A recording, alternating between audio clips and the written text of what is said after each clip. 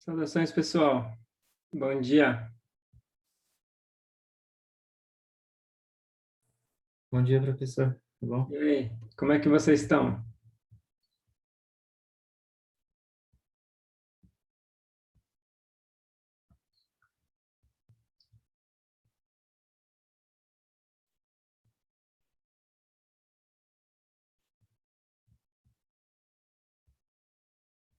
Só na boa?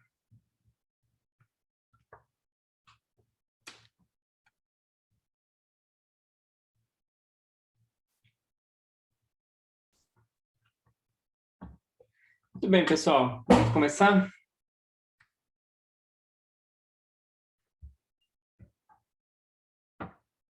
Então, beleza. Vamos lá. A gente estava vendo na última aula as leis de Newton, né?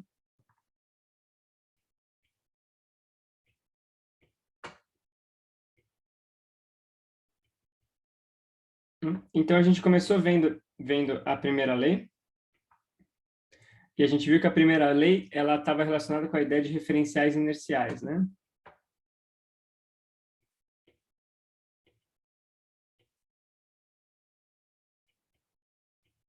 Então, a gente considerou a seguinte situação. Deixa eu ver se eu consigo roubar aqui a nossa última lousa rapidinho, só para não ter que refazer a minha figura.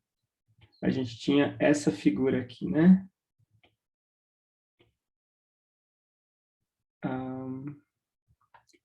Pronto. Essa era a figura que a gente tinha desenhado lá na última aula, no final da última aula, né? E a ideia, então, é que você tem o movimento de uma partícula aqui, tá certo? E a gente pode usar mais de um referencial para descrever o movimento dessa partícula. Então, a gente pode usar um referencial x, y, z com origem O, ou x', y', z' com origem O'. Isso vai dar, vai resultar em dois vetores posição que estão relacionados pela seguinte fórmula, tá? Onde esse errão é o vetor que liga as origens, né? Então, ele liga a origem O na origem O'. E essa fórmula aqui, a gente não precisa tirar ela do nada, ela é facilmente, a gente consegue ver essa fórmula facilmente só olhando para a adição de vetores, né? Então, isso mais isso, verde mais azul, dá o vermelho aqui, tá? Então, isso aqui é nada mais do que uma fórmula de adição de vetores. E o que a gente tinha discutido, então, é que o referencial ele é inercial quando o vetor que liga as duas origens, ele é um vetor com velocidade constante. Tá? Ou seja, quando esse referencial linha se move com relação ao referencial não linha com uma certa velocidade constante. Esse R0 é uma posição inicial arbitrária, não importa. O que importa, né, o ponto importante é que esse cara aqui, ele é um vetor independente do tempo. Né? Essa é a questão que realmente importa aqui na descrição de um referencial inercial. Tá? E a ideia, então, da primeira lei, né? A primeira lei, ela dizia que um sistema ele vai se manter no movimento retilíneo uniforme, a não ser que tenha uma força atuando sobre ele. Então, no fundo, ela está definindo essa ideia de um referencial inercial, ela permite definir a ideia de um referencial inercial, que é um referencial de nenhuma força atua sobre ele.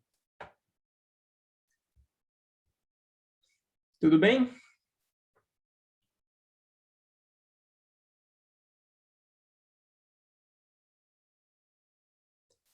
Então, agora a gente chega na segunda lei. A segunda lei, a gente tinha visto que ela pode ser escrita da seguinte forma, né?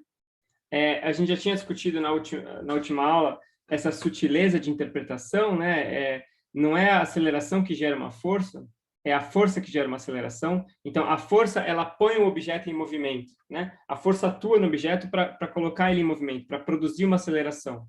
É assim que funciona.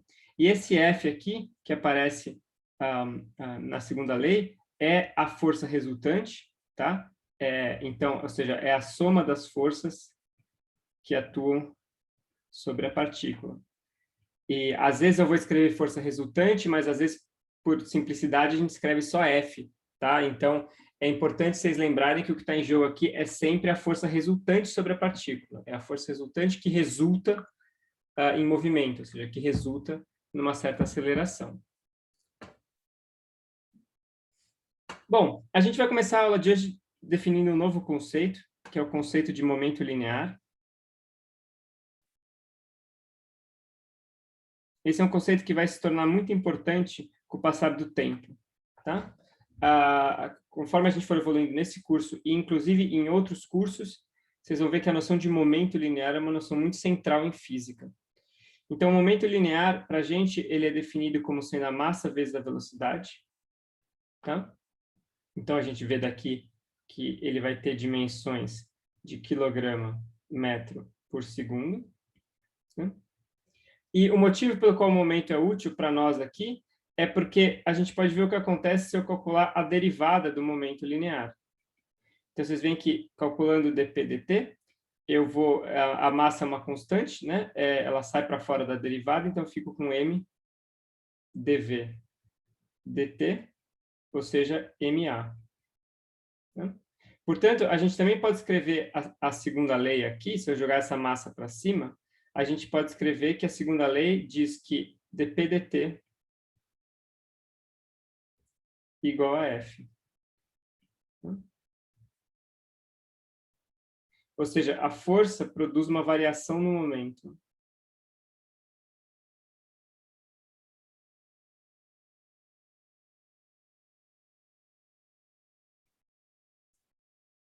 Então, essa daqui é uma forma diferente de pensar na segunda lei, né? A gente está pensando na segunda lei agora como a força, ela induz uma variação no momento linear da partícula. A gente chama, deixa eu só dizer o seguinte, né?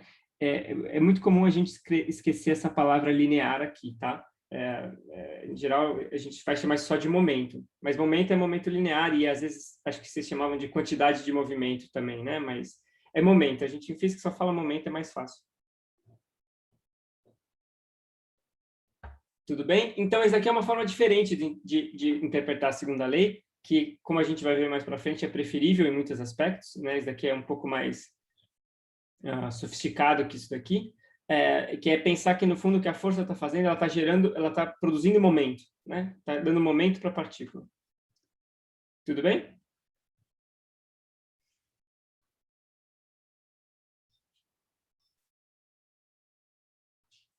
Então, olhando para isso daqui, parece um pouco besta, né? Você pensa assim, puxa, será que realmente é necessário eu definir uma nova quantidade de momento a partir da velocidade? Tipo, momento é quase uma velocidade, né? Tipo assim, é quase a mesma coisa. Será que eu tenho que realmente introduzir essa noção? Tipo, nossa, eu tenho momento e eu tenho velocidade. E será que realmente é necessário diferenciar entre momento e velocidade? Parece um pouco exagerado, né? Reescrever tudo em termos de momento, se momento é quase a velocidade, exceto por uma massinha aqui. Mas vale a pena, e o motivo é que esse conceito de momento ele é muito mais geral em física.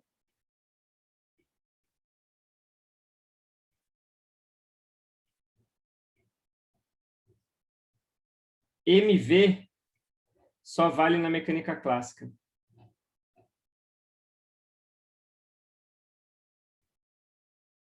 Isso aqui é um ponto, então, muito importante, que eu queria que vocês lembrassem para o resto da vida. Essa forma P igual a mv, ela vale aqui no nosso universo, no universo das leis de Newton. Mas o conceito de momento, ele é muito mais geral. O conceito de momento aparece em todas as áreas da física, só que ele aparece com formas diferentes. Ele não vai ser mv, ele vai ser outra coisa, mas a ideia de momento continua presente. Então, é por isso que a gente gosta tanto do conceito de momento, porque ele é uma coisa que aparece em todas as teorias físicas. Boa, Lucas, é verdade. Tem principalmente momento linear e momento angular, esses são os dois, né? Em geral, o que a gente faz é, a gente chama esse daqui só de momento e a gente chama o outro sempre de momento angular. Tá? Assim, estou falando assim, em termos de jargão. Se tem o risco de dar confusão, você fala momento linear, não tem problema. Mas é que como esse daqui aparece com muita frequência, a gente acaba chamando esse daqui só de momento. É uma questão de intimidade, né? A gente fica íntimo desse cara aqui. E o outro a gente chama de momento angular. tá?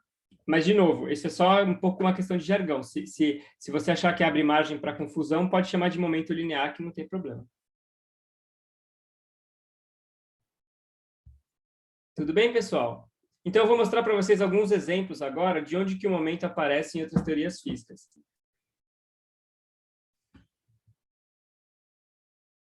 Então, vamos ver Guilherme, vamos ver Heisen. Então, eu vou mostrar dois exemplos para vocês. Eu vou mostrar exemplo 1, o caso de fótons. Então, a luz. A luz, ela carrega momento. Como é que a gente sabe que a luz carrega momento? A luz carrega momento porque tem um negócio que chama pressão de radiação.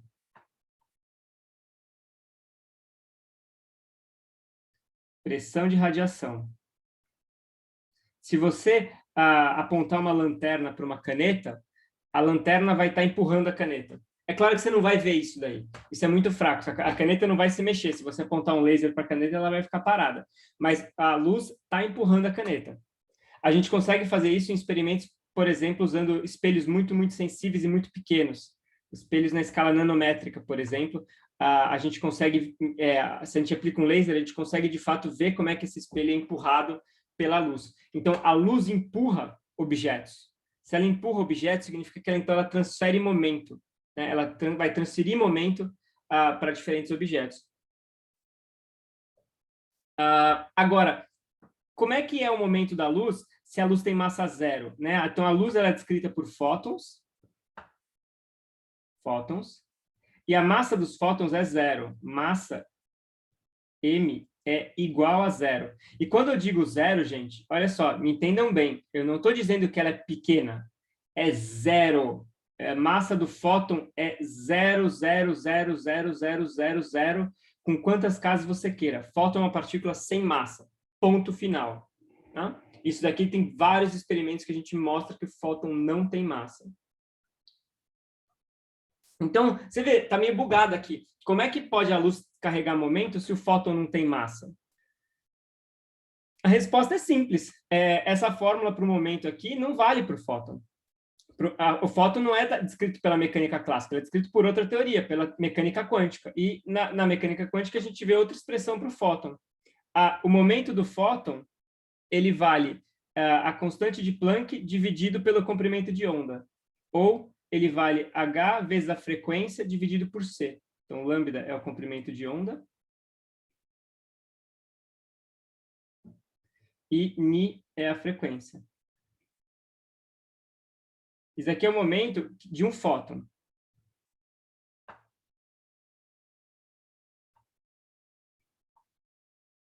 Isso é uma expressão que vem da física quântica, tá? Inclusive, foi essa expressão, indiretamente, que deu o prêmio Nobel para o Einstein. A gente acha que o Einstein ganhou o prêmio Nobel pela teoria da relatividade, mas não foi, não. O Einstein ganhou o prêmio Nobel por isso daqui. Por entender essa questão de que a radiação ela era quantizada e ela carrega momento. Cada fótonzinho carrega um momento dado por isso daqui. Então, essa é a expressão do momento. A ideia, o conceito de momento continua válido, só que a definição desse momento não é mais verdade.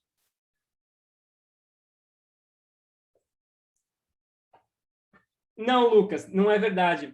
Essa é uma boa pergunta. Vocês já devem ter visto, posso fazer um adendo sobre isso daí, vocês já devem ter visto essa expressão aqui, né? A expressão, bom, energia é massa. Mas não, isso daqui não é a história toda. A história toda é que a energia é raiz de M2C2 mais P2C4. Essa é a expressão verdadeira. Isso daqui é o que a gente chama da massa de repouso da partícula. Se a partícula está parada, ela tem massa mc². Desculpa, energia mc². Se a partícula está em movimento, a energia é raiz de... não, está errado isso daqui. Desculpa, peraí. Deixa eu reescrever. É P2C2 mais M2C4. Confundi as coisas aqui. Aqui, melhor. Se a partícula está em movimento, a energia dela, na verdade, é dada por isso daqui. Você vê que aparece a relação energia com momento aqui. Esse é o P, é o momento. Se esse P é igual a zero, isso daqui se reduz a MC2, né? Esse termo morre, a raiz quadrada aqui cancela o 2 e o 4 aqui. Fica MC2. Mas você vê que esse daqui pode ter a energia mesmo sem ter massa. Se M igual a zero, se m igual a zero, eu tiro que a energia vai ser PC. Módulo, é PC, né? Módulo aqui. Então, o fóton tem energia, apesar de não ter momento. Inclusive, é até legal que você perguntou isso, né, Lucas? Porque agora a gente pode casar isso daqui com o que a gente viu na primeira aula, né? Porque, olha só, o que acontece se eu substituo aqui a expressão do momento, Hni sobre C? Eu vou ficar com Hni sobre C vezes C, ou seja, Hni. Isso daqui é exatamente a expressão lá da primeira aula. Lembra que a gente tinha falado qual que era a energia de um fóton? Que a energia de um fóton era Hni, H vezes a frequência. Então, tá aqui, ó, tá vendo? É exatamente a energia de um fóton.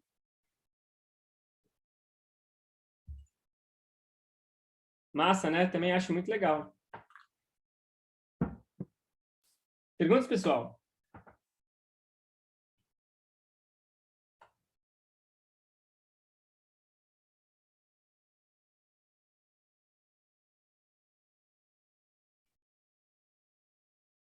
O exemplo 2 é de uma partícula relativística.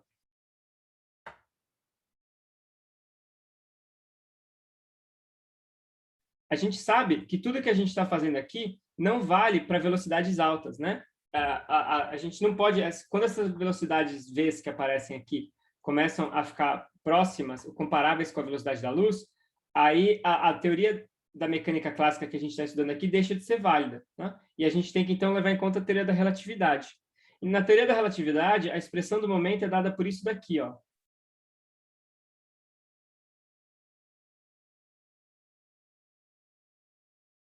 Peraí. Essa é a expressão do momento relativístico, momento de uma partícula relativística. Você vê que a diferença está nesse termo aqui, que está relacionado com a razão entre a velocidade e a velocidade da luz, né? Ou seja, é quase mv, mas você tem um fator de correção. Isso aqui é como se fosse um fator de correção relativístico.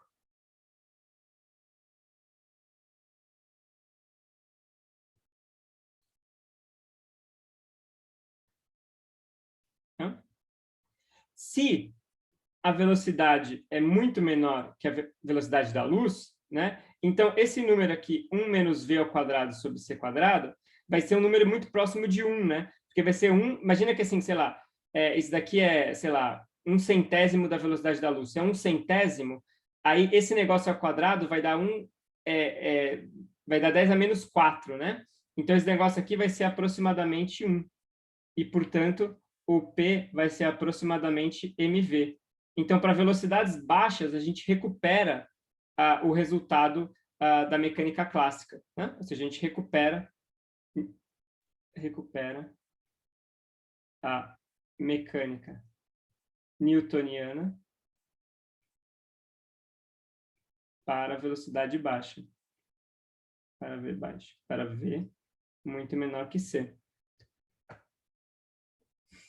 Raul, tá relacionado com essa ideia de Lorentz? A transformação de Lorentz se refere às coordenadas, tá? Não às velocidades aqui, mas aparece termos semelhantes. Esse tipo de termo aparece em todo lugar da teoria da relatividade, não só aqui, também as transformações de Lorentz são transformações para as coordenadas.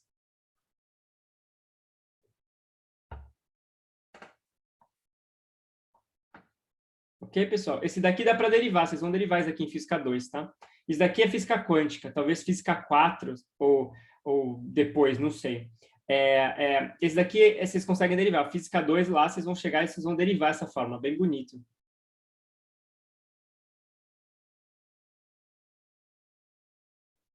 Tem, Carlos, às vezes o pessoal chama isso de gama. Às vezes o pessoal chama gama igual a 1 sobre raiz de 1 menos v quadrado sobre c quadrado, alguma coisa assim. Ele é meio feinho, né? Concordo.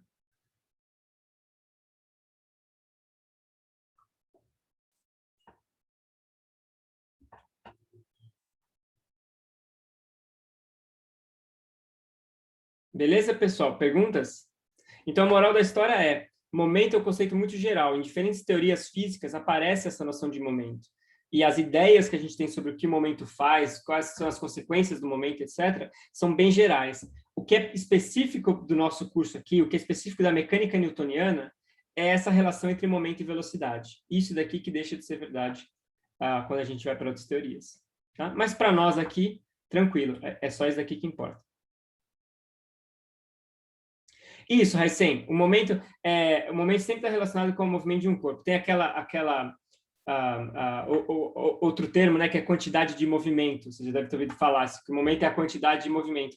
Eu gosto também de quantidade de movimento, porque ele dá a entender exatamente isso, ou seja, ele tem a ver com movimento, né? É quanto que move, digamos assim. Eu sei que é meio abstrato falar o quanto move, né? Mas é uma quantidade de movimento, tem a ver com o movimento. Perfeito.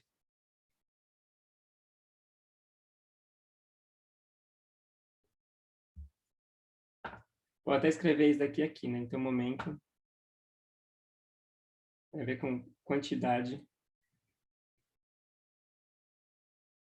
de movimento. Perfeito.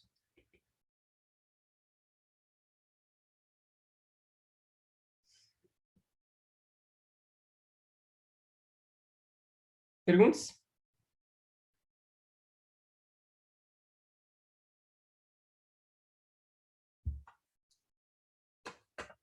Show. Então, agora eu vou falar sobre um outro exemplo importante de forças, etc., que aparece, que é a chamada lei de Hooke. Tá? Lei de Hooke, ela diz respeito a molas. Tá? Imagina que eu tenho aqui um eixo X, aqui está uma certa origem O, e eu tenho aqui uma mola. Tá? Imagina, sei lá, a suspensão do seu carro, ou imagina também aquela molinha que tem dentro da caneta, né? Sabe? Etc. Deixa eu só ajustar isso daqui. Então, aqui eu tenho uma mola. Tá?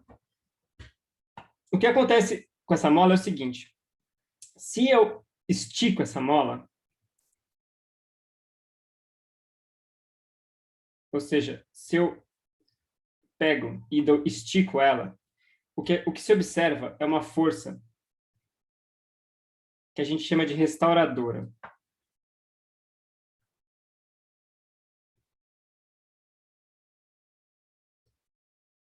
É tipo aquela força que impede que você saia da cama quando está frio, sabe? É uma força restauradora. Você tenta sair da cama, a cama te puxa de volta.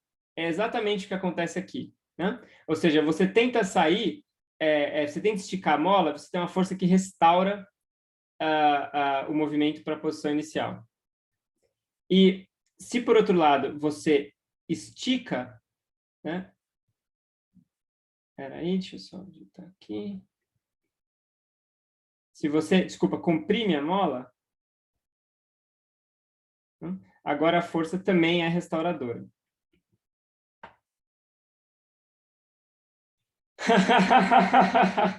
Boa, Laura. Adorei. Vou colocar aqui, vou adotar essa daqui. Então, é o colchão de molas. Adorei.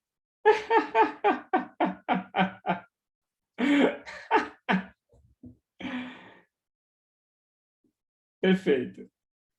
Então, a ideia é que a força ela sempre é restauradora. Ela é sempre contrária, ou seja, ela sempre quer voltar a partícula para a posição de equilíbrio. Tem uma posição aqui, né?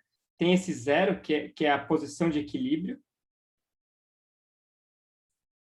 que depende da mola, né? E a força sempre tenta restaurar a partícula para o equilíbrio.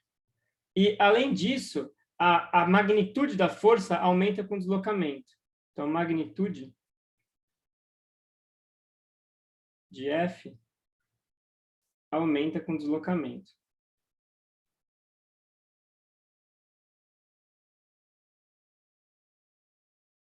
Ou seja, se eu estico pouco, a restauração é pouco, se eu estico muito, a restauração é maior. Né?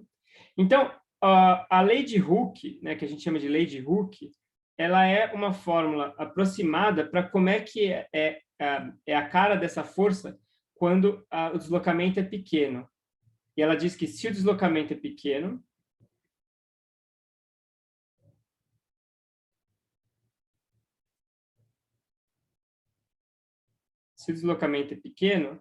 a força ela é proporcional ao deslocamento, né? Então, esse símbolo aqui, para quem não viu antes, é proporcional a. Parece um alfa, mas ele não é bem um alfa, na verdade. Ele é um alfa com um gostinho assim, ó. Então, a força é proporcional ao deslocamento x. Então, a lei de Hooke, ela vai dizer que a força aqui, ela vai ser menos kx na direção y, onde esse k é o que a gente chama de constante da mola.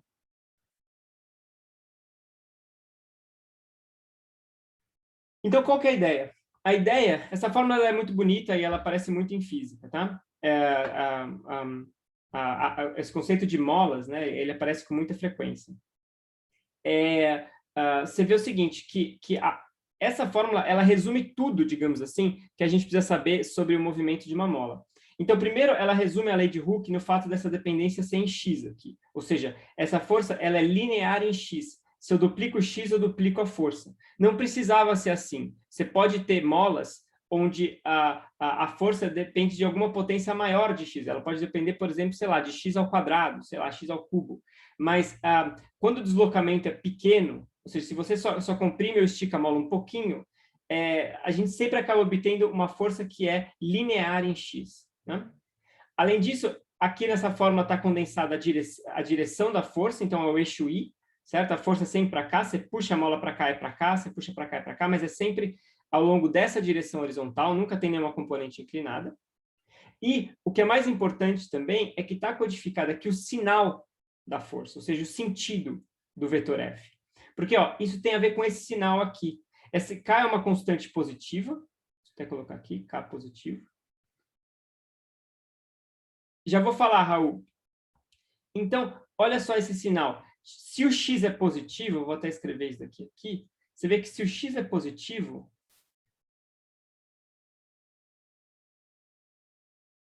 aí a força vai ser na direção menos I. E se o X é negativo, ela vai ser na direção mais I. Porque se o X é positivo, eu tenho um número positivo, negativo e I. Então, se o X é positivo, a força é para lá.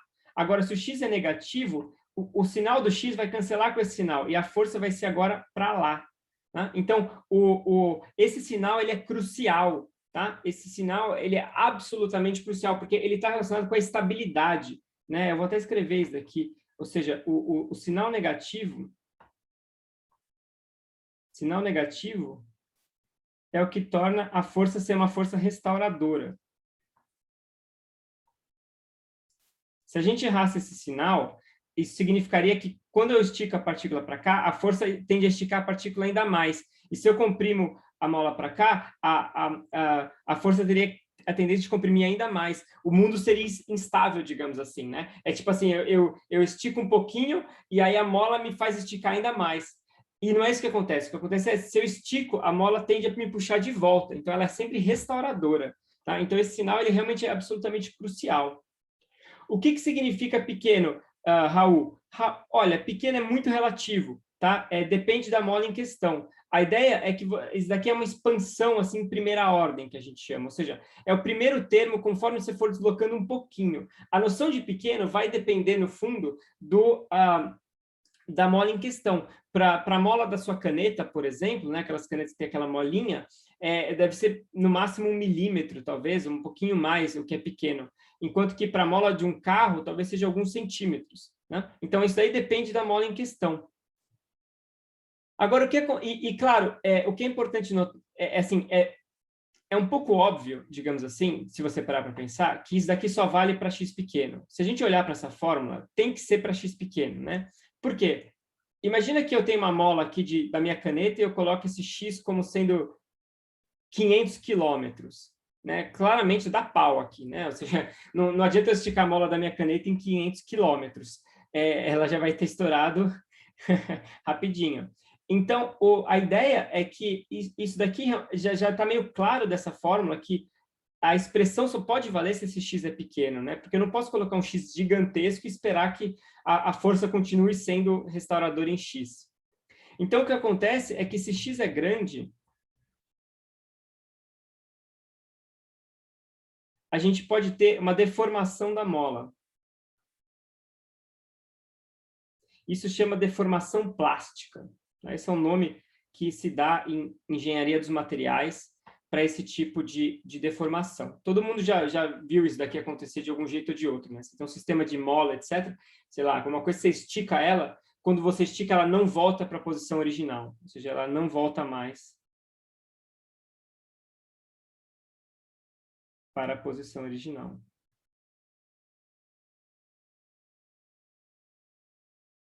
Tá? Então, a gente, em geral, estuda o movimento de molas quando não tem deformação plástica, ou seja, quando o X é pequeno. Se o X é pequeno, você estica, a mola volta, está tudo bem, é um processo reversível. Se você estica demais, você começa a deformar a sua mola. Tá?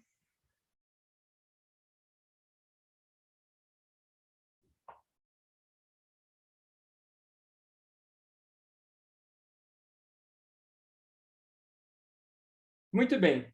Então, agora, se a gente plugar isso daqui na segunda lei, a gente vai ter que a massa vezes a aceleração vai ser igual a menos kx. Eu já estou olhando aqui para a segunda lei na componente horizontal, né? Que é onde todo movimento acontece, né? Então, vocês veem que isso daqui introduz agora uma novidade para a gente. Isso daqui é um pouco diferente do que a gente vinha tratando. Porque aqui eu tenho que a aceleração depende de x.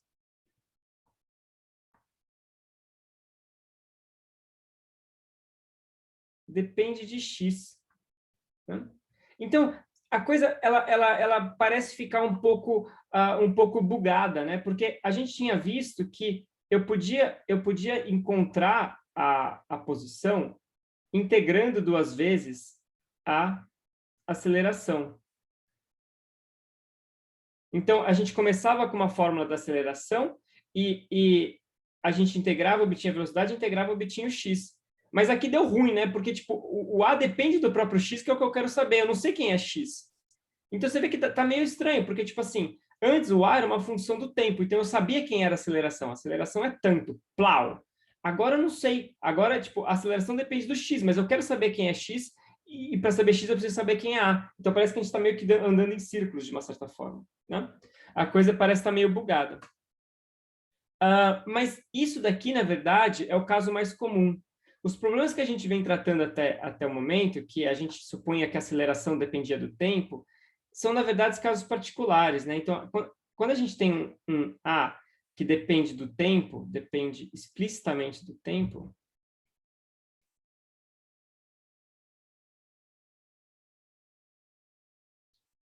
isso daqui é um caso particular, na verdade. É muito comum, o mais comum, é quando a aceleração ela depende do x, né? Ou seja, quando a aceleração depende da posição que você está. Ou, inclusive, uma aceleração que depende de x e v, né? Pode ter isso aqui também. A gente pode ter uma aceleração que depende da velocidade também. Então, esse, na verdade, é o caso mais comum. Como é que a gente faz nessas horas? Então, lembra que a gente pode escrever a aceleração como sendo a segunda derivada da posição. Então, na verdade, a segunda lei fica massa vezes d2x dt2 igual a menos kx. Então, o que a gente obtém aqui é o que a gente chama de uma equação diferencial.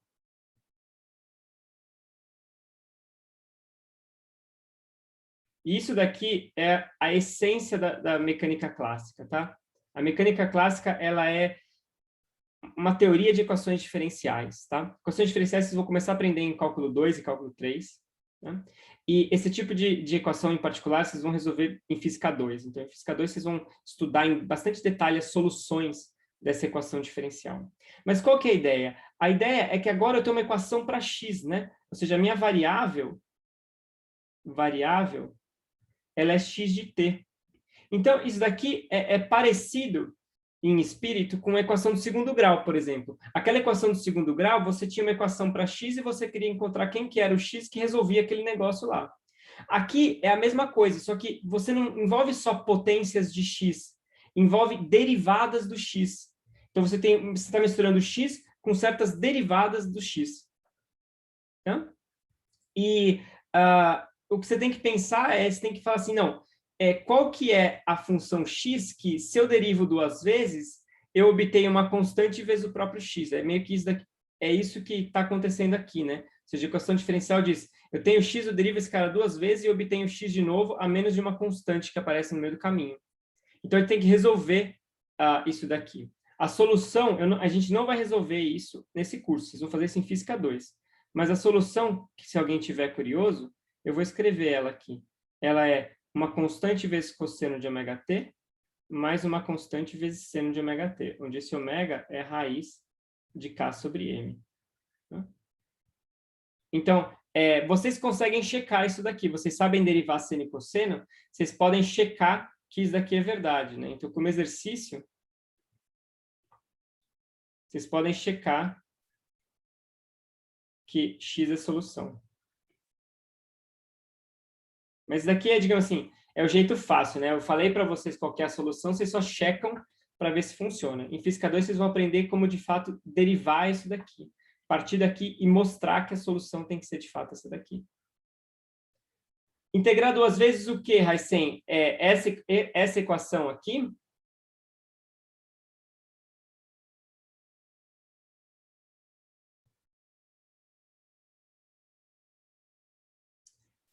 Dá e não dá, né, Heisen? É um pouco mais complicado, porque se eu integro duas vezes aqui, eu não sei integrar esse cara, porque eu não sei quem é x, né? Então, imagina que eu tento integrar aqui. Aí, como é que eu faço? Porque eu não sei quem que é o x, né? Então, eu não sei como é que é a integral de x. Eu teria aqui uma coisa que é x, se eu integrar duas vezes aqui, vai sobrar x, mas aqui vai sobrar uma integral de x que eu não sei quem que é. Não, Renan, não é exponencial de x. Nesse caso, é senos e cossenos é a solução.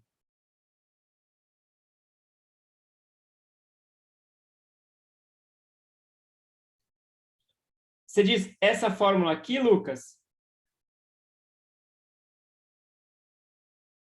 Ou a solução? Boa, bem perguntado. Então, o que está em jogo aqui é uma coisa que é um pouco mais geral, que é conhecido em física como sendo o oscilador harmônico. Oscilador harmônico. O oscilador harmônico, ele é de longe, eu falo isso sem exagero, ele é o problema mais importante de toda a física. Vocês não fazem ideia dos lugares bizarros onde vocês vão encontrar o oscilador harmônico. Né? O oscilador harmônico é exatamente esse tipo de configuração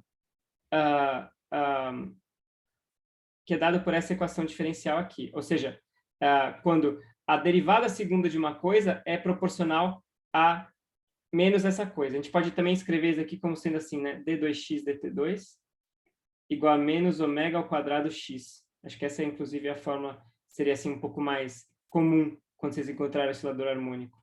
Onde esse ômega aqui é isso daqui, né? Eu só peguei esse m aqui e joguei para cá. Fiquei assim. Então, isso daqui é o oscilador harmônico, que a gente chama. É um problema do oscilador harmônico. E o que acontece é que tem várias situações em física que são descritas pelo oscilador harmônico. Você tem várias situações físicas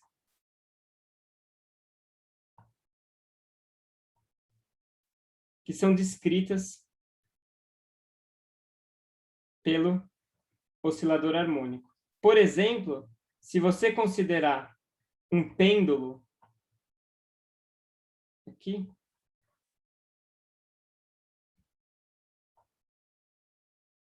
se você considerar um pêndulo aqui, né, oscilando, e você considerar pequenas oscilações,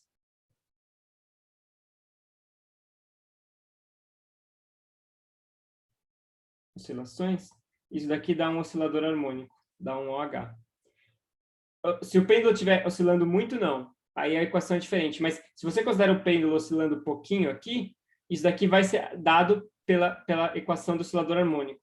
Então, você tem problemas físicos diferentes que são descritos pela mesma matemática, né? Então, ou seja, você tem problemas físicos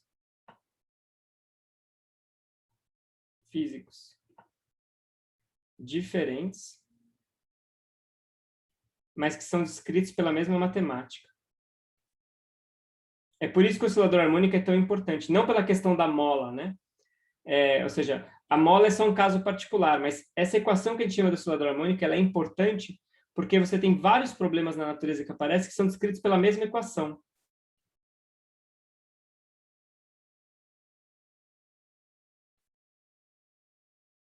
E aí, o que acontece é que se você tem a mesma equação, você tem a mesma solução.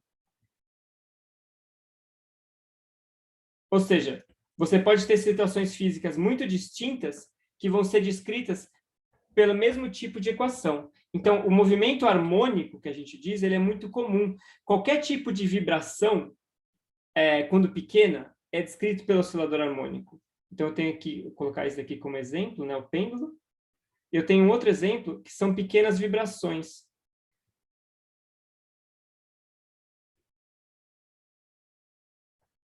Então, por exemplo, uma ponte vibrando, né? Você tem uma ponte que pode vibrar um pouquinho por causa dos carros que passam sobre ela.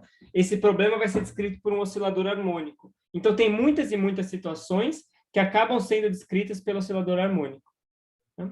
E é por isso que esse problema ele é tão importante. Isso aqui vai ser o foco de Física 2. Assim, uma parte significativa do curso de Física 2 vai ser dedicada a esse tipo de problema de oscilações harmônicas.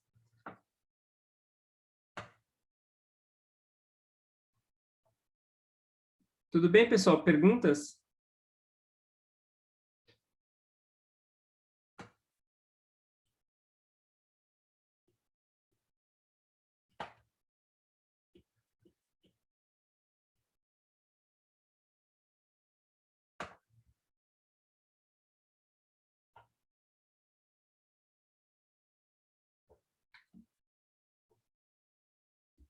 Beleza.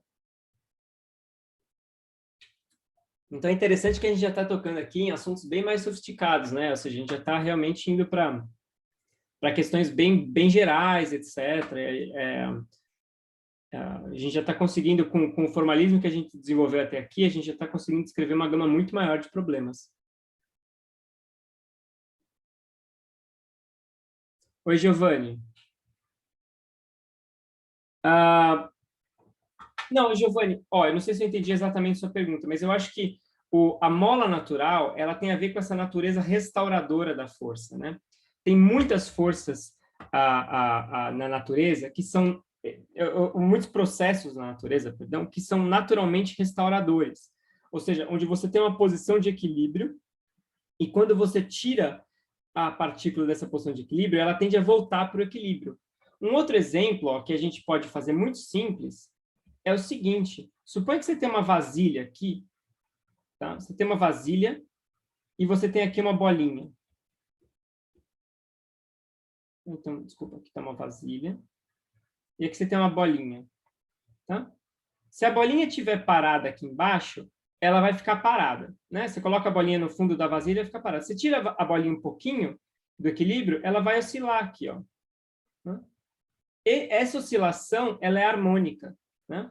Então, esse é o exemplo típico de uma força restauradora. Você tem um ponto de equilíbrio e a força é tal que quando você tira a partícula do equilíbrio, ela tende a voltar para o equilíbrio. É por isso que a lei de Hooke ela é por isso que o oscilador harmônico ele é tão predominante na natureza, porque tem muitas situações que são assim, onde você tem um equilíbrio e você tem forças que atuam de um jeito tal que a partícula tende a ser restaurada para essa posição de equilíbrio.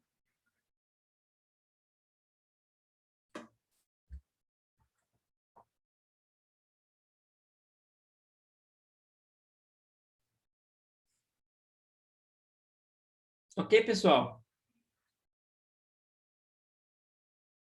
Bola para frente, então. Então, agora a gente vai falar sobre a força normal.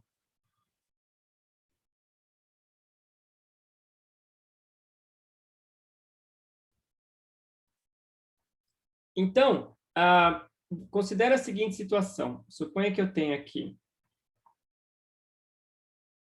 o chão e eu tenho um bloquinho aqui.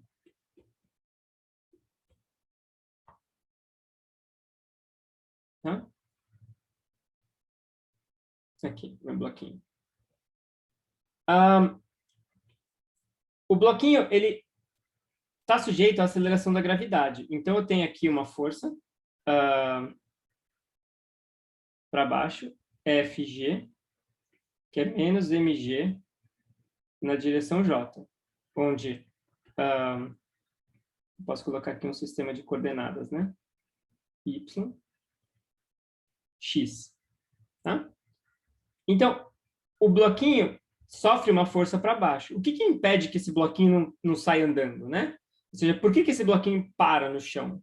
Né? Por que ele para em cima da mesa? Ele para em cima da mesa porque a superfície aqui, seja o chão, a mesa, etc., essa superfície, ela exerce uma força de volta nesse bloquinho. Então, eu tenho uma outra força aqui. Peraí, deixa eu fazer mais grossa. Eu tenho uma outra força aqui, tá? Que a gente chama de força normal. Força normal N. Tá? Que é a força que a superfície aqui exerce no bloquinho para impedir que esse bloquinho atravesse a superfície. Tá? Isso é o que a gente chama da força normal. A origem dessa força, ela é eletrostática. Tá? Vocês vão aprender um pouquinho mais sobre isso no curso de Física 3. No fundo, ela tem a ver com os átomos da superfície e os átomos do bloquinho, tá? Que você vai ter uma repulsão aqui entre eles. Então, ou seja, a força normal é exatamente aquela mesma força que impede de você fundir dois objetos, né? Se você pegar, sei lá, duas coisas e apertar uma coisa contra a outra, tem uma repulsão natural entre as coisas, né? Entre qualquer coisa. Então, essa é exatamente a força normal. Ela é uma força de repulsão que impede que os dois objetos, dois sólidos, consigam se fundir um com o outro, né? Essa é mais ou menos a ideia da força normal. A origem dela é bastante complicada, é uma coisa microscópica que tem a ver com as repulsões eletrostáticas entre os átomos do bloquinho da superfície. Mas o efeito dela é simples, né? Ou seja, a origem é complicada, mas o efeito é simples. Então, a origem eletrostática, ela é complicada.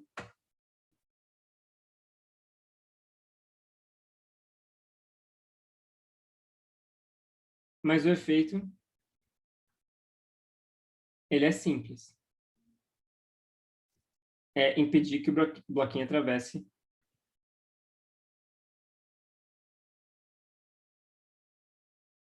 a superfície.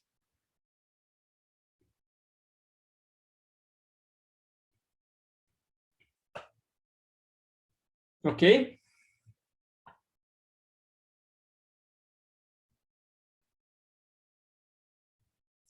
Então, a força normal, ela é o que eu gosto de chamar de uma força coringa. Tá? Coringa, perdão.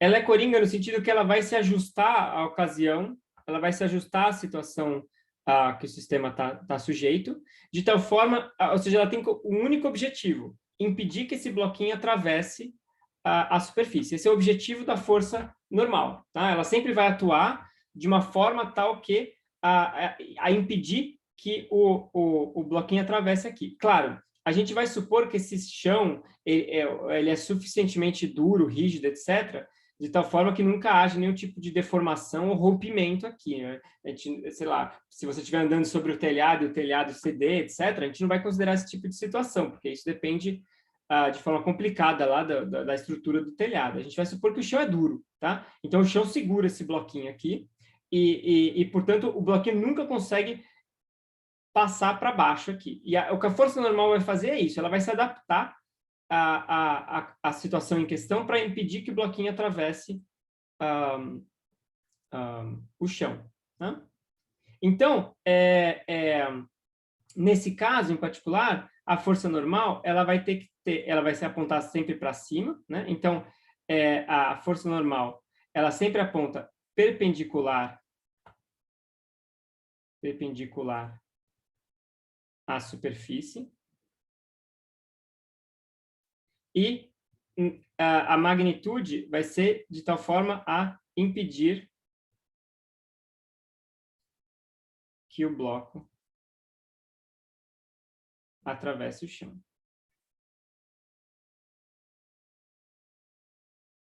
Tá?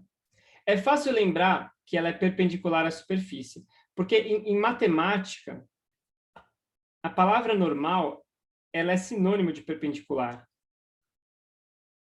Normal é, na verdade, um sinônimo de perpendicular. Tá? Então, quando a gente diz que um vetor é normal, por exemplo, a gente sempre diz que ele é perpendicular à superfície. Tá? Então, a força normal ela sempre vai ser perpendicular à superfície naquele ponto em questão. Oi, Inês. Não é necessariamente como um empuxo. O empuxo ele é uma força que age quando a partícula está submersa, né? A força normal ela é uma força de contato, tá? Ela é uma força que tem a ver com o contato entre o bloquinho e o chão. Se esse bloquinho não tivesse em contato com o chão, não teria normal. A normal ela vem quando tem contato entre objetos, né? É uma força de contato. Posso até colocar isso aqui também, que é uma força de contato. Tá?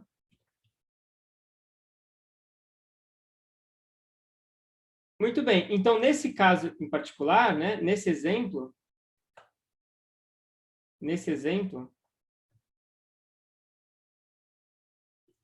a força normal vai ser mg na direção j. Por quê? Porque se eu tenho aqui a força gravitacional para baixo, a normal tem que compensar exatamente isso e aplicar um mg para cima. Então, com isso, a segunda lei de Newton para o objeto, ma igual a normal menos mg na direção j, vai ser igual a zero, né? Não tem aceleração.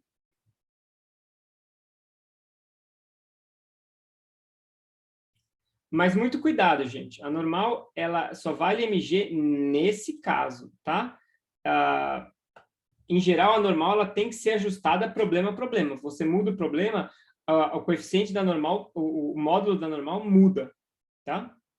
Isso tem que ser ajustado problema a problema. A gente vai ver como tratar isso daí através de exemplos. Mas o que então é importante lembrar é que a normal ela é sempre uma força coringa, tá? Ela se adapta à situação em questão.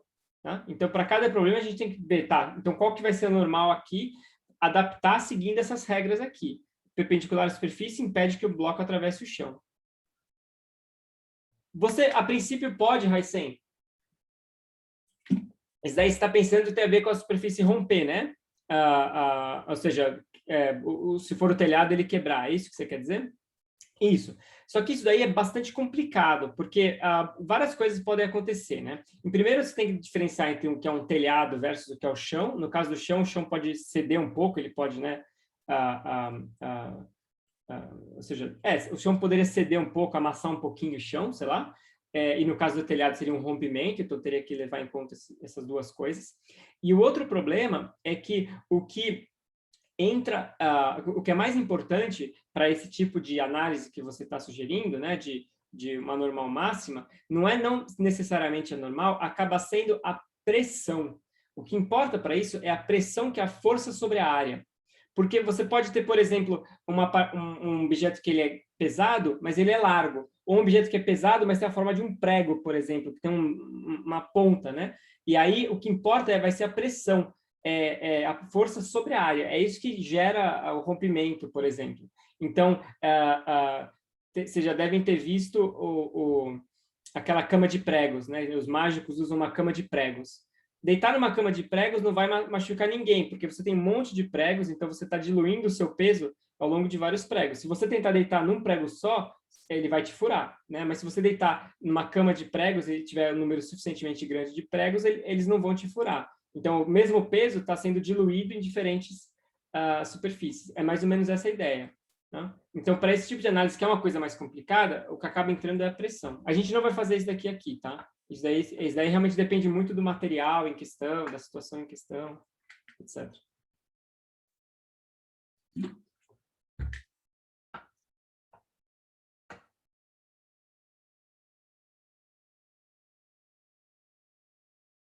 Perguntas?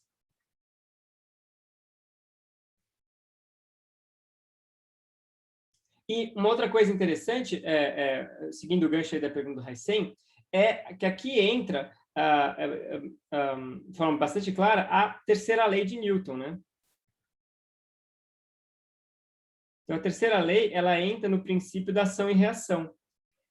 O diagrama do meu bloquinho envolve a força da gravidade para baixo e a força normal para cima, mas eu também tenho um diagrama de forças para o chão, né? E esse diagrama de forças para o chão, ele vai ter essa mesma normal aqui para baixo, né? Então, ao passo que o chão exerce uma normal N para cima no bloquinho, o bloquinho exerce uma normal N para baixo no chão. Tá? E é exatamente essa força que empurra o chão. Então, o chão empurra o bloquinho para cima e o bloquinho empurra o chão para baixo. E é exatamente essa força que causaria o rompimento, por exemplo, do telhado. Sei lá, se você estiver andando pelo telhado, alguma coisa assim. Tá? É exatamente a força que você age sobre o chão. Tá? Então, essa aqui é exatamente a terceira lei de ação e reação. Ok?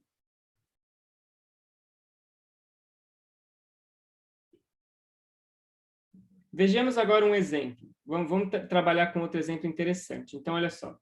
Eu vou colocar meu chão aqui. Eu tenho meu bloquinho aqui. Tá? Deixa eu tentar melhorar um pouco isso daqui.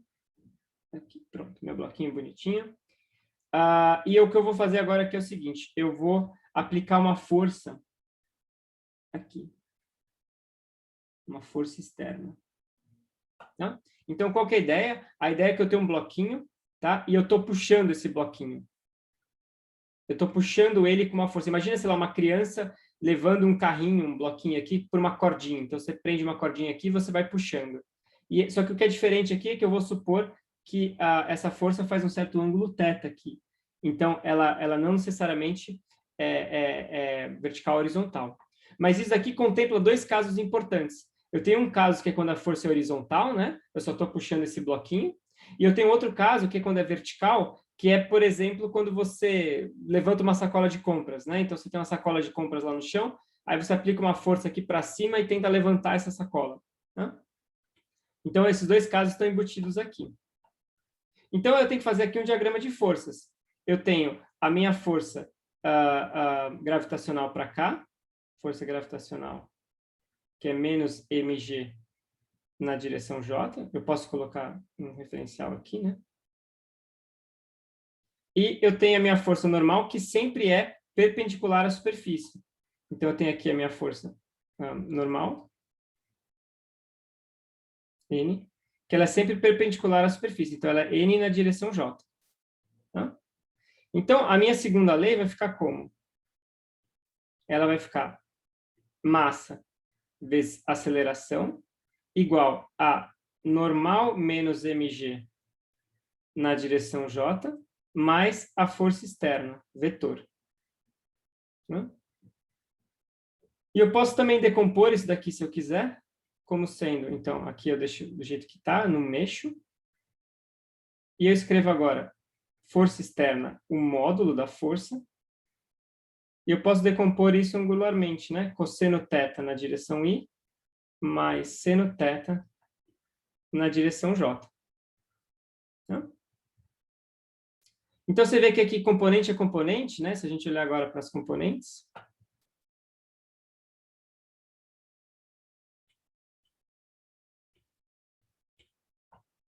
Eu vou ficar aqui M AX vai ser igual a força externa cosseno θ. E M AY vai ser igual a N menos mg mais força externa vezes seno de θ. Tá? Agora, vem a análise da normal. Né? Então, a gente tem que agora analisar a normal. Ok? Então, qual que é a ideia? Lembra, a gente já usou uma propriedade da normal, que é o fato dela ser perpendicular à superfície. Então, isso a gente já usou. Agora a gente tem que usar o fato que ela é coringa. Então, o objetivo dela é impedir que o bloco atravesse o chão, né? Então, o objetivo dela vai ser impedir que a y igual a zero. Desculpa, a y menor que zero. Tá? O objetivo da normal é impedir que esse cara seja negativo. Por quê? Porque se eu tiver um AY menor que zero, significa que o bloco vai estar em movimento nessa direção. E é isso que eu não quero, né? Se ele estiver acelerando para baixo, significa que o bloco estaria ultrapassando o chão. E é isso que eu quero evitar. Então, o que a gente tem que olhar agora é para o sinal desses outros termos aqui. Ou seja, dessa força menos mg seno de θ. Tá? Então, a gente tem que considerar duas situações. A gente tem duas situações. O que acontece, por exemplo, se menos mg mais força externa seno de θ for positivo, e o que acontece se menos mg mais força externa seno de θ for negativo? O que são esses termos? Isso daqui, no fundo, é a componente resultante da força, né? De todas as forças menos a normal. Então, isso aqui é a componente resultante menos a normal.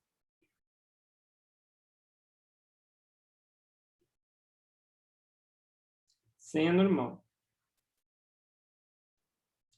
Então, eu pergunto para vocês, o que vai acontecer se essa componente for positiva? Ou seja, se a componente for para cima, né? Ser positivo significa que é para cima. O que vai acontecer se essa componente for positiva?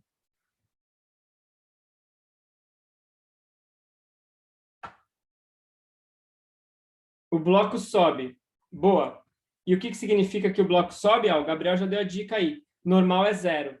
Perfeito. Ou seja, nesse caso, eu consigo tirar o bloco de contato com a superfície. Então, eu consigo fazer com que esse bloco suba, ele perde o contato, né? Então, ele perde o contato.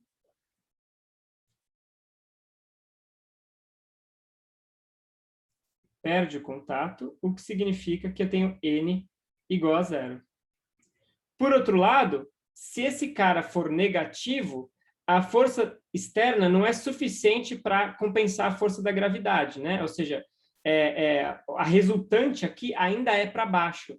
Então, eu ainda tenho uma compressão do bloquinho em direção ao chão. Consequentemente, a normal passa a atuar. Então, nesse caso, a normal vai ser mg menos F externo seno de θ. E ela vai ser, então, tal que a y igual a zero. Né? Ou seja, ela atua de tal forma a impor que o AY seja zero.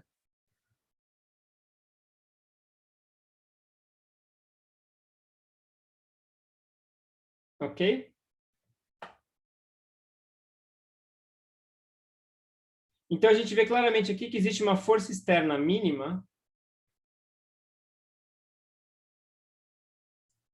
para tirar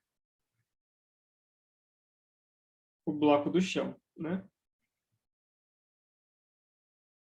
E essa força externa mínima, ela é mg sobre seno de θ. Claro, Joara, a ideia é que o objetivo da normal é impedir que a aceleração seja negativa. Se o bloco perde o contato com a superfície, a normal não está nem aí, ela é zero, não existe uma força normal. Mas se ele não perde o contato com a superfície, então a normal vai garantir que não tem aceleração na direção y negativa. Então, se essa resultante dessa força aqui for negativa, significa que você ainda vai ter no bloquinho uma força atuando para baixo. E aí a normal tem que entrar. A normal tem que entrar e começar a atuar, então ela vai compensar isso daqui. Né? Ela vai compensar a força da essa força resultante, de tal forma a garantir que o AY seja zero. Ou seja, ela vai garantir que não tenha movimento na direção horizontal. Se essa força F externa for bem forte, você pode ter movimento para cima. O movimento para cima não tem problema. Mas você nunca pode ter um movimento para baixo, porque aqui é o chão. Daqui o bloquinho não passa. Então, daqui para baixo, você tem que ter... ou seja, não pode ter a y igual a menor que zero. Então, se você fosse para ter um AY menor que zero, a normal passa a atuar para garantir que o AY é zero. Tudo bem? Boa.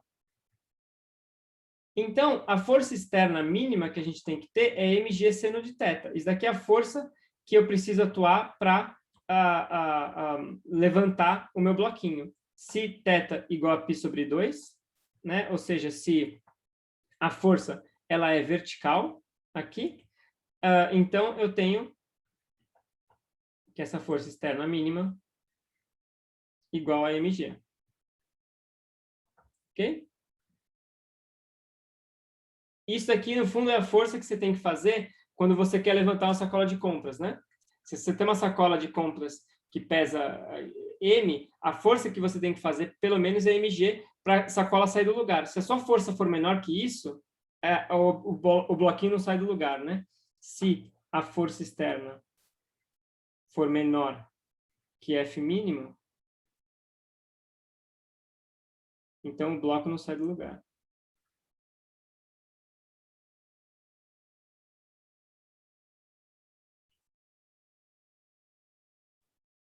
Então, Raul, aí é um pouco delicado, né? Se a força for exatamente mg, também não, ou seja, continua parado. Se a força for qualquer coisa maior que mg, aí ela passa a entrar em movimento, né? Ou seja, qualquer epsilon maior que mg, o bloco entra em movimento. Se ela for exatamente mg, não.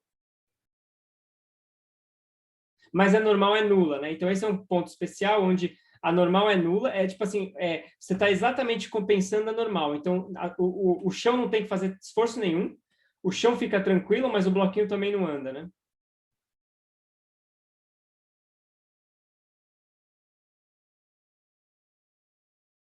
Um pouco isso, Guilherme. Isso, você meio que ajusta para ser você o Coringa. É.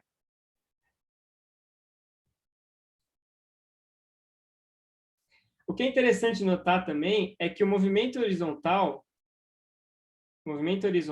ele é independente, né?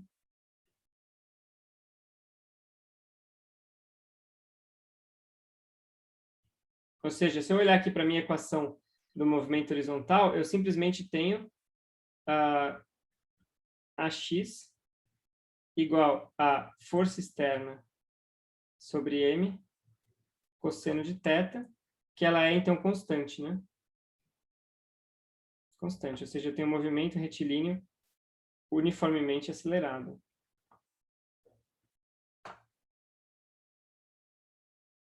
Beleza? Perguntas?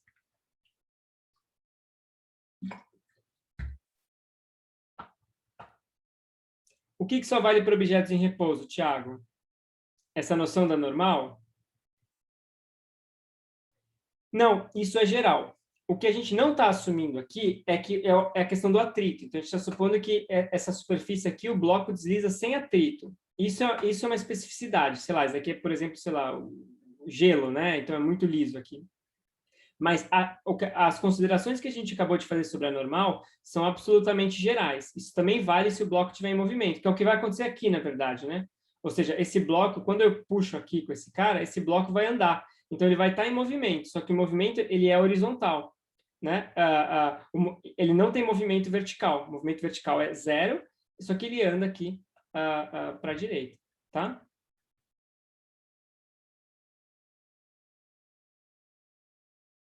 Boa. Perguntas?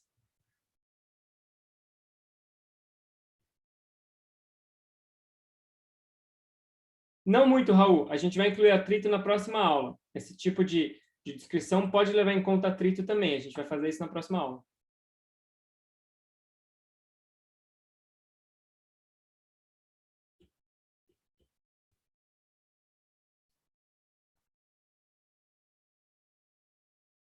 Show, pessoal.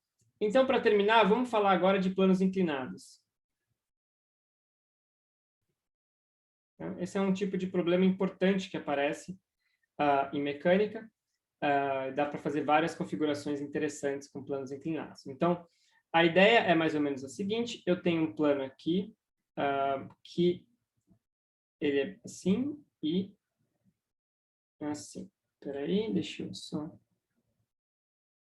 melhorar um pouco isso daqui. Assim. E ele faz aqui um certo ângulo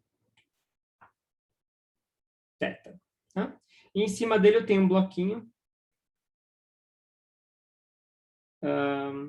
que eu acho que eu não vou conseguir dizer tão bem. Deixa eu fazer assim.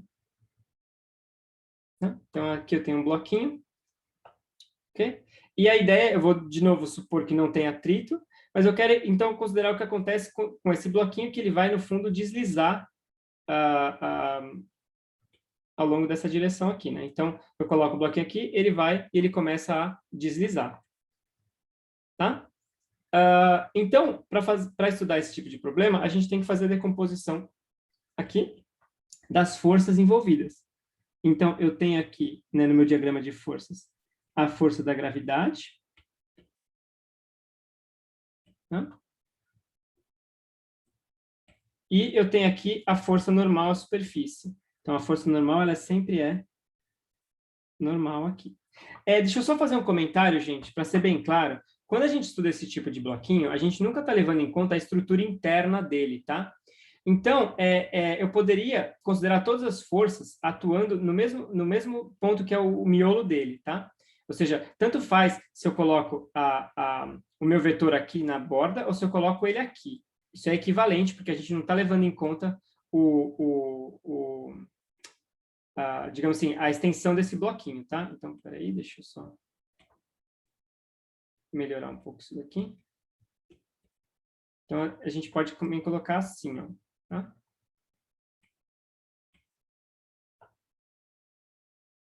Aí vai um pouco de gosto, ok? Não importa onde que a gente está colocando a força.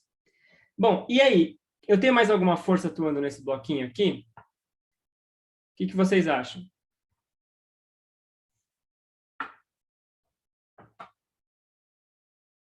Várias. Além da normal e da força da gravidade.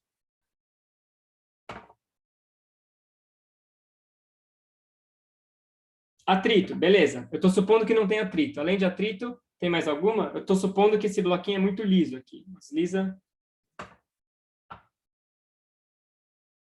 Uma componente para descer, Vitor, o que você acha?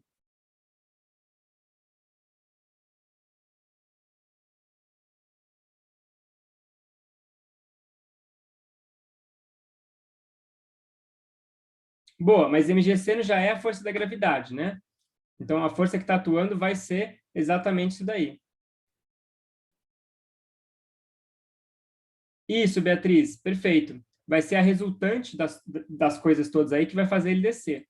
O que faz ele descer, no fundo, é a resultante dessas duas forças, tá? Se tivesse atrito, teria mais uma brincadeira aqui. Mas, mas só essas duas forças já é capaz de fazer esse bloquinho descer. Perfeito. Então, aqui, como eu tinha dado a dica na última vez, é conveniente a gente escolher um sistema de coordenadas assim, ó, tá? Que ele é inclinado, tá? Então, a gente escolhe um sistema de coordenadas inclinado de um ângulo θ.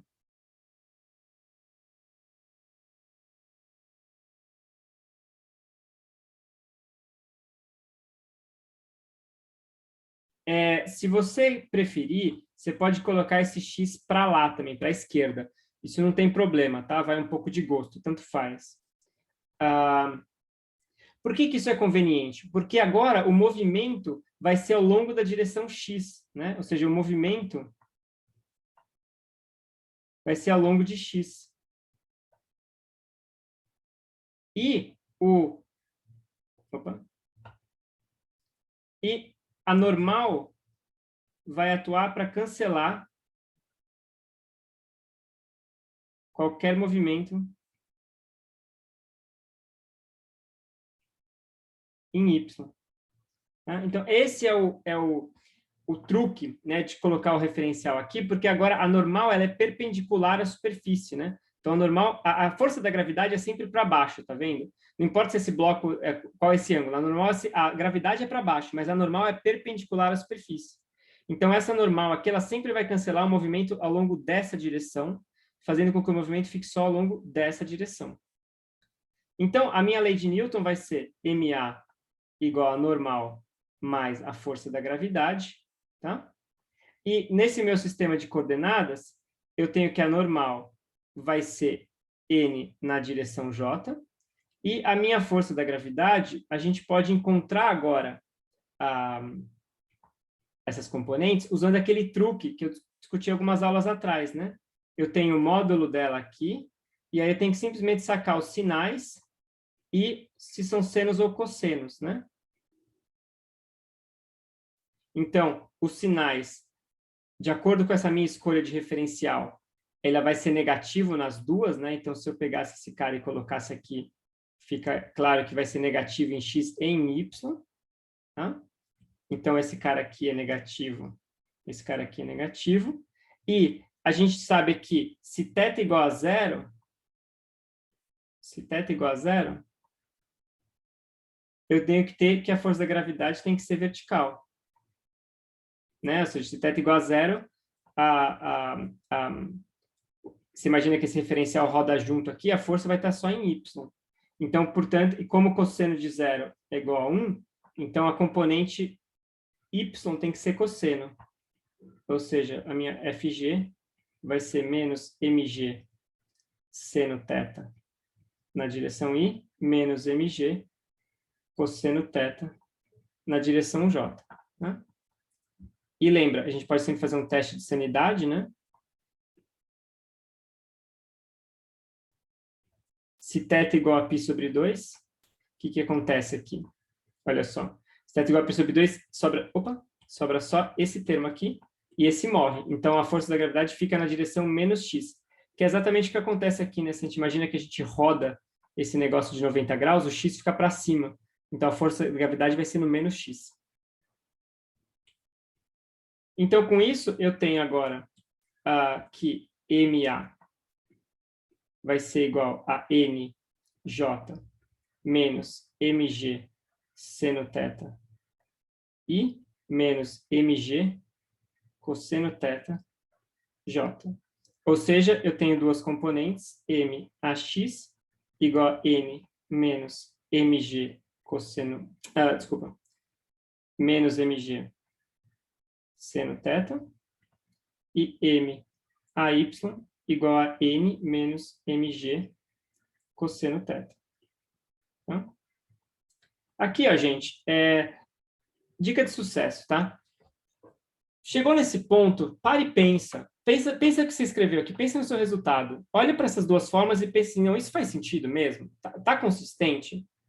Tome casos limites. O que acontece se θ igual a zero? O que acontece se θ igual a π sobre 2? Sempre, ficar olhando para esses casos limites é sempre útil. Né? A matemática tem que ser consistente. Parou aqui, olha, não, mas o que acontece se θ igual a zero, por exemplo?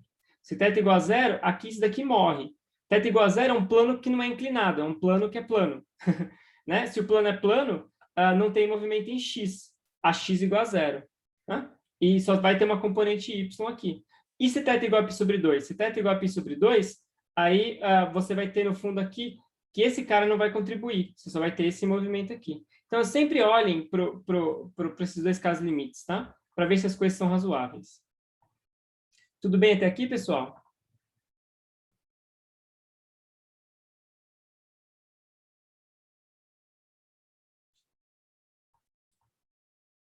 Beleza. Então, aqui a normal vai atuar, né? Então, a normal entra em ação.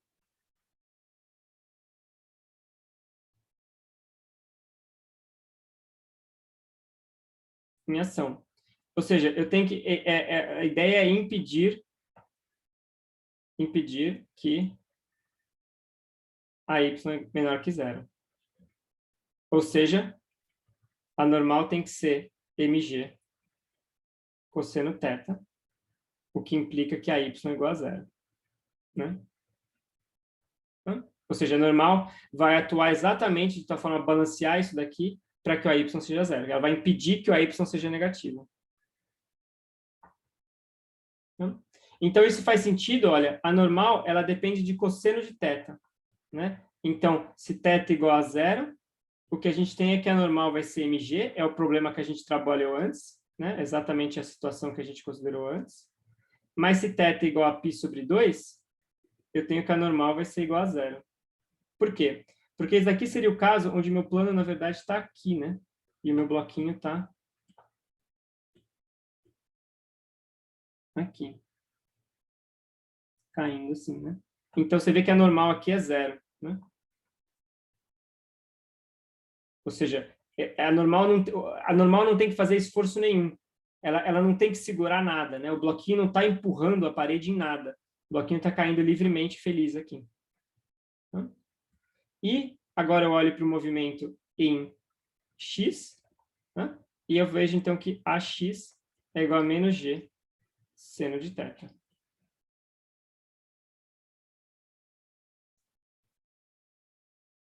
Oi, Beatriz, isso é uma boa pergunta.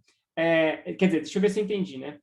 A gente está supondo que esse contato do bloco com a superfície nunca tem atrito aqui, né? A gente está supondo que não importa o ângulo, o contato aqui nunca tem nenhum atrito. Então, por exemplo, uma superfície de gelo muito, né? Um gelo ali muito lisinho, que o atrito é aproximadamente 0, tá?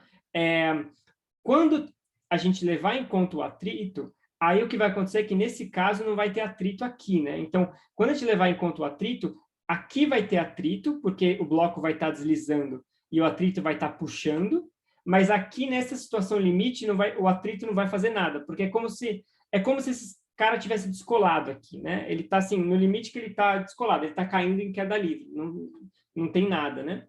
Então, aí, nesse caso, o atrito vai ser 0 nessa configuração. Era mais ou menos isso que você tinha em mente?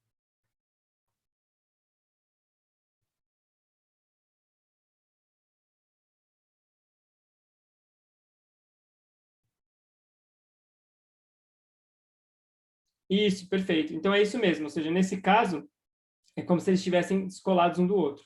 Beleza. Então, analisando aqui os casos limites, a gente vê o seguinte. Então, a gente vê que AX é menor que 0. O bloco escorrega para a esquerda.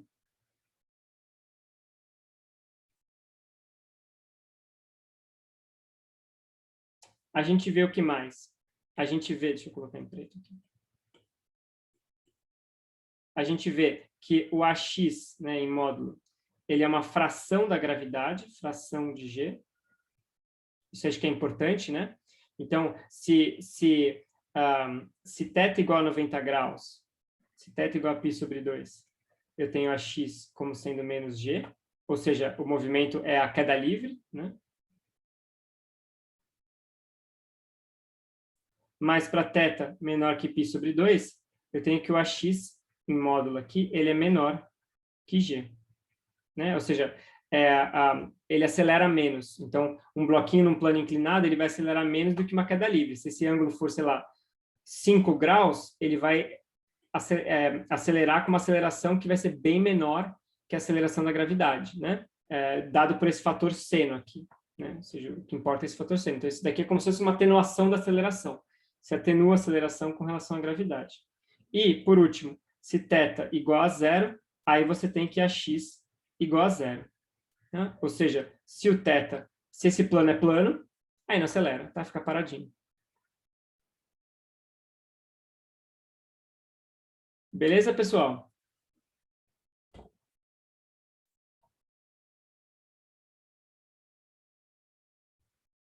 Ok. Então é isso aí, gente. Por hoje é só, tá? Se vocês tiverem mais dúvidas, só falar. Se não, a gente se vê na quarta.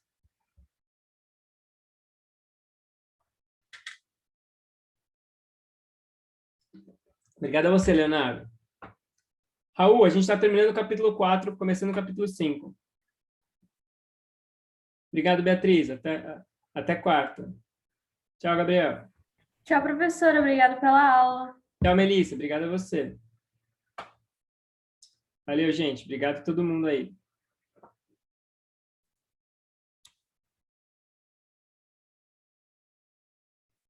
Valeu. Tchau, tchau.